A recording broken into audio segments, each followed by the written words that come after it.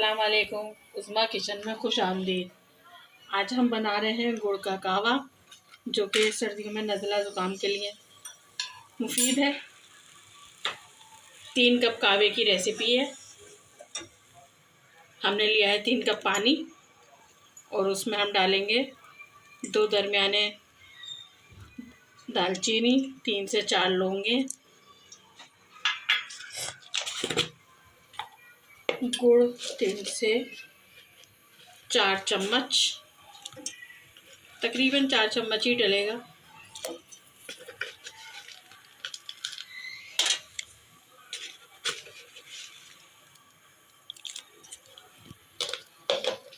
और ½ tea spoon चाय की पत्ती। इसको हम पकाएंगे जब तक ये कि आधा रह जाए पानी इसमें, इतना पकाएंगे और फिर इसे पकने निकालेंगे। हमारा कबाब तैयार है। अब हमें निकालेंगे इसे